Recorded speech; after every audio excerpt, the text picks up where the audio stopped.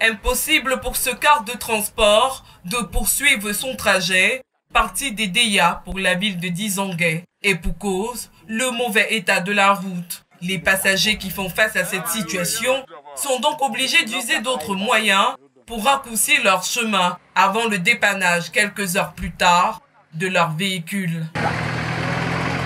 Des scènes récurrentes dans cette partie du pays, voilà qui préoccupent au plus haut point les populations qui s'y trouvent.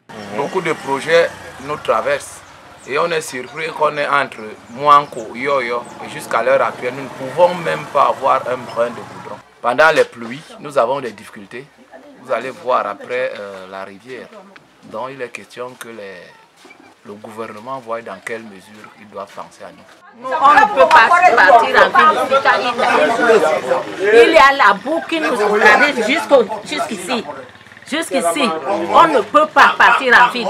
On ne voit pas les voitures, on ne voit pas la moto. Parce qu'il y a la boue.